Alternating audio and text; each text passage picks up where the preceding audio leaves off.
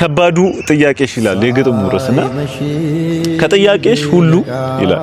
ከጥያቄሽ ሁሉ የሚፈታተነኝ ልነግርሽ ስሞክር መልሱም የሚከብደኝ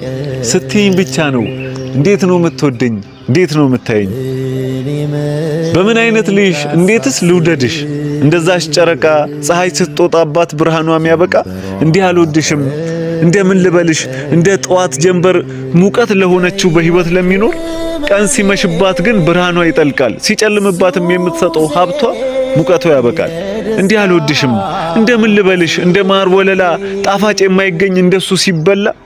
ግን ይህ ውድ ማር መብላት ሲበዛበት ጣዕሙ ተቀይሮ የምግብ መራራ ይሆናል እንደሬት እንዴት ነው አትበይኝ እውነቴን ነው ምልሽ እንዲህ አልወድሽም በማርስ መስዬ አንቺን አላይሽም ግን የግድ ካልሽኝ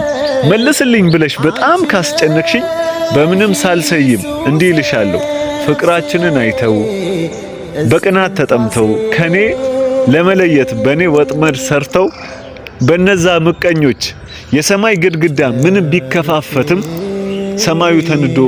እስኪመታኝ ድረስ እኔ አንቺን አልለቅም እውነቴን ነው ምልሽ እንዲህ ነው የምወድሽ እነዛ ምቀኞች ሐሳብ ቢቀይሩ ካንቺ ሊለዩብኝ በላይ ቢመክሩ መሬትም ተጠቅመው መተትም ተጠቅመው መሬቷን ለክፋት ብትሰነጠቅም እጅሽን እንደያዝኩ እስክቀበር ድረስ እኔ አንቺን አልለቅም እውነቴን ነው ምልሽ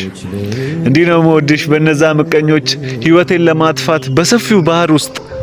ረግጠውኝ በጠልቅም የልቤ ትርታ መምታቱን እስኪተው እኔ አንቺን አልለቅም እውነቴን ነው ምልሽ እንዲህ ነው የምወድሽ